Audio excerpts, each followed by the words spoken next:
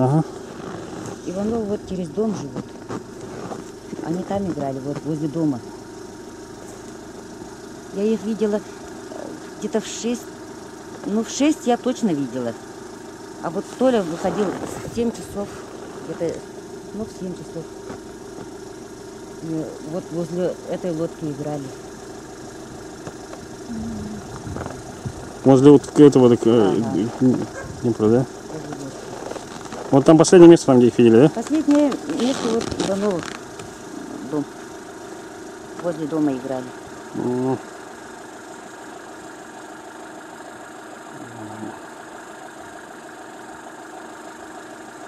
А вы в садике работаете же, да? В садике.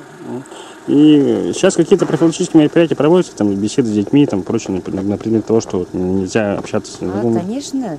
Вот, например, с родителями такой разговор, чтобы детей никому, вот от чужим людям, ну, постараюсь, чтобы не этого не брали другие люди.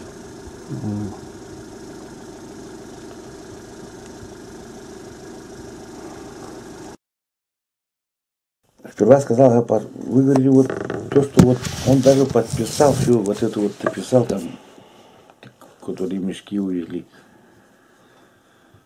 Я вообще не понял, я думал вообще. А по вашему мнению, вообще была такая версия, то, что какая-то машина ночью вечером ездила, да?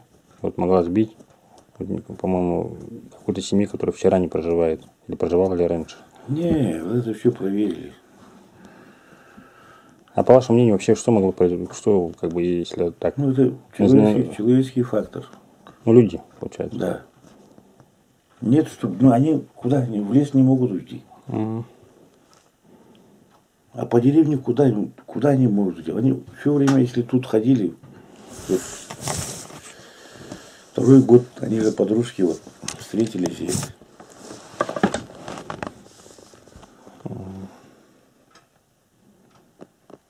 Ну, а с какой целью это? Вы вообще...